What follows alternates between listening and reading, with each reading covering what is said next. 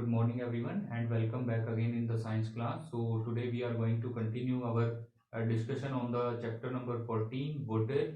And today's topic of discussion is from where do we get water? कहाँ से हमें पानी मिलता है, उसके बारे में हम डिस्कस करेंगे फर्स्टली, उसके बाद आगे के टॉपिक्स जो हैं वो डिस्कस करेंगे। तो अगर यही क्वेश्चन मैं आपसे पूछूं कि पानी हमें बेसिकली मिलता कहाँ से है, जो पानी हम यूज करते हैं घरों में, वो आता कहाँ से है, तो आप में से कुछ एक बोलोगे कि कुछ बोलेंगे कि पॉन्ड से मिलता है, कुछ कहेंगे वेल से मिलता है, कुछ कहेंगे हम रिवर से लेके आते हैं। तो इस तरह से अलग अलग जो है वो ओपिनियन देखने को मिलते हैं इस रिगार्ड में। तो बेसिकली जो टैप वाटर होता है जो आप लोग घरों में यूज करते हो, वो आता है आपके pass through a network of pipes. बहुत सारे पाइप्स लगे होते हैं, उस पाइप के नेटवर्क के थ्रू वो आपके घर तक सप्लाई किया जाता है। लेकिन जो बेसिक सोर्स होता है उस वाटर का, सभी के घरों में वो बेसिक सोर्स जो है वो सेम होता है, सिमिलर होता है। या तो किसी पॉन्ड से आता है या फिर किसी एक वेल से आता है, जो अंडरग्राउंड वाटर होता है। बेसिकली बड़ी बड़ी पाइप्स के थ्रू वहां से पानी को निकाला जाता है और फिर एक जो नेटवर्क ऑफ पाइप्स है उसके थ्रू वो आपके घरों में सप्लाई कर दिया जाता है।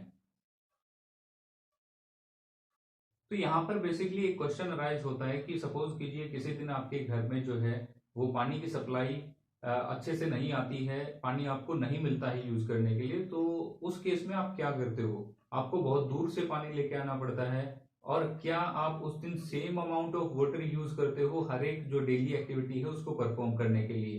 तो आपका आंसर होगा नहीं। उस दिन आप थोड़ा सा देख के यूज करते हो वाटर को, और यही जो सोच है ये डेली आपको यूज करनी चाहिए, क्योंकि पानी जो है वो एक बहुत ही इंपॉर्टेंट रिसोर्स है। अगर इसकी कमी अर्थ के ऊपर हो जाएगी तो काफी डिफिकल्टी होगी हमें अपनी डेली एक्टिविटीज को पूरा करने में। तो उसी से रिलेटेड एक और बात यहाँ पर बताई गई है कि जो कंप्लीट अर्थ है उसका 2/3 जो है, नियरली 70% जो है वो वाटर है। लेकिन वो वाटर आपका ओशियंस में है, सेलाइन वाटर है, बहुत सारे सॉल्ट्स जो है वो उसमें डिजोल्व हैं, जिसकी वजह से हम उसको ड्रिंकिंग पर्पज के लिए यूज नहीं कर सकते, और ना ही किसी और दूसरा जो पर्पज है, जो डेली एक्टिविटीज है उनके लिए उसको यूज किया जा सकता है।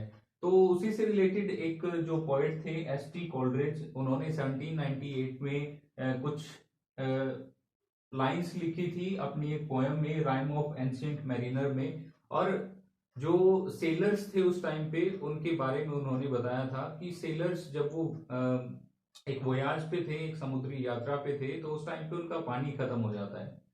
तो पानी खत्म हो जाता है तो उसके बाद उनके पास पीने के लिए पानी नहीं बचता। तो वो कुछ लाइंस लिखता है, water water is everywhere but not even a single drop to drink. चारों तरफ पानी ही पानी है, लेकिन हम एक भी सिंगल ड्रॉप पानी की नहीं पी सकते। तो पानी होने के बावजूद भी वो पानी को यूटिलाइज नहीं कर सकते थे। तो सेम हमारे केस में भी है कि जो फ्रेश वाटर अवेलेबल है अर्थ के ऊपर बहुत ही कम है, तो हमें उसको बहुत ही एफिशिएंट वे में यूज करना चाहिए ताकि फ्यूचर में किसी भी तरह की पानी की शॉर्टेज ना हो। तो इसके बाद जो आपका ओशियन है, बेसिकली उसमें आपका जो वाटर है, सोल्टी वाटर है, वो यूज हम नहीं कर सकते, लेकिन फिर भी वो एक इंपॉर्टेंट रोल प्ले करता है हमें, हम तक वाटर जो है वो पहुंचाने में। किस तरह से रोल प्ले करता है वो आगे की एक्टिविटीज में हम डिस्कस करेंगे।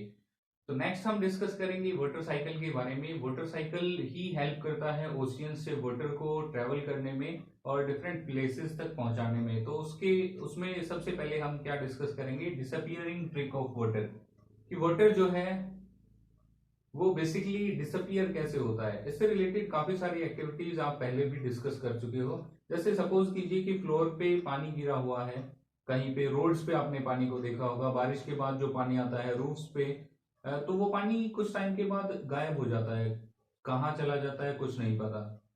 उसके अलावा आप कभी जो अपने क्लोथ्स हैं वो आपने सूखने के लिए डाले हों, तो पहले तो गीले होते हैं, उसके बाद उनका जो पानी है वो पता नहीं कहाँ चला जाता है। तो इस तरह से वाटर जो है वो डिसअपियर होता है। इससे रिलेटेड एक और सिंपल सी एक्टिविटी आप पहले भी कर चुके हो। जैसे आपके पास एक सॉल्ट सॉल्यूशन है, उस सॉल्यूशन को आप हीट करते हो। हीट करने के दौरान होता क्या है, बेसिकली जितना भी वाटर होता है वो सारा आपके कंटेनर से गायब हो जाता है, और आपके कंटेनर में बस बचता है सिर्फ सॉल्ट। तो यहाँ पर भी जो आपका वाटर साइकिल होता है उसमें भी सेम तरह का प्रोसेस देखने को आपको मिलता है। तो ये जो डिसअपियरिंग ऑफ वाटर है ये हर जगह आपको देखने को मिलेगी, चाहे वो फील्ड्स हो, चाहे वो लैंड हो, चाहे रोड्स हो, फ्लोर हो, कहीं पर भी हो। जब भी वाटर को हीट मिलेगी वो अपने वेपर्स में कन्वर्ट हो जाएगा, एयर में मिक्स होगा और डिफरेंट प्लेसेस तक वो ट्रेवल करेगा। तो इस तरह से वाटर की मूवमेंट जो है वो चलती रहती है। तो वाटर साइकिल में ये काफी हेल्प करता है। तो बेसिकली इस प्रोसेस के लिए जरूरी क्या है, एक तो आपका वाटर का होना, वाटर अवेलेबिलिटी, और साथ में हीटिंग जरूरी है। जब तक हम उसे हीट नहीं करेंगे वो वेपर्स में कन्वर्ट नहीं होगा। सो activity second is related about this particular process. Now we are going to discuss activity number second. तो एक्टिविटी सेकंड जो है बहुत ही सिंपल एक्टिविटी है। इसमें आपको बेसिकली करना क्या है, दो प्लेट्स लेनी है, दोनों प्लेट्स में इक्वल अमाउंट ऑफ वाटर आपको फिल करना है। फिर एक प्लेट को तो शेड में डाल देना है, रख देना है शेड में, जो आपकी छाया है वहां रखना है। दूसरी को आपको रखना है सनलाइट में। इसके बाद आफ्टर एवरी 15 और 30 मिनट्स आपको उसकी जो वाटर की अमाउंट है वो चेक करनी है। क्या होता है, क्या आप ऑब्जर्व करते हो वहां पर, ये आपको चेक करना है। तो जब आप उसको ऑब्जर्व करोगे, in that case what will happen, the amount of water will decrease continuously. जो वाटर की अमाउंट है जो प्लेट में थी वो कंटिन्यूअसली डिक्रीज करती रहेगी। लेकिन जो आपकी शेड में रखी है आपने प्लेट, उसकी अमाउंट जो है वो बहुत ही कम डिक्रीज होगी, क्योंकि वहां पर किसी भी तरह की कोई सनलाइट नहीं है। तो बेसिकली जो वाटर है आपकी प्लेट्स का वो हीट होता है सनलाइट से, और सनलाइट की वजह से, हीट होने की वजह से वो वेपर्स में कन्वर्ट होता है और आपकी एयर के अंदर मिक्स हो जाता है। तो इस तरह से जो वाटर की अमाउंट है वो कंटिन्यूअसली डिक्रीज करती है। सेम फिनोमिना आपका देखने को मिलता है जो आपके ओशियंस हैं, लेक्स हैं, रिवर्स हैं, या आपके प्लांट्स होते हैं, वहां पर भी सेम फिनोमिना चलता रहता है। सनलाइट वाटर के ऊपर गिरती है, वाटर सरफेस पे, और वहां से आपका वाटर कन्वर्ट होता है वेपर्स में और मिक्स हो जाता है एयर के अंदर। अब लेकिन जो प्लेट आपने शेड में रखी थी उसका वाटर भी डिक्रीज करता है, लेकिन बहुत कम अमाउंट में। तो ऐसा कैसे होता है, वहां पर तो कोई सनलाइट थी नहीं।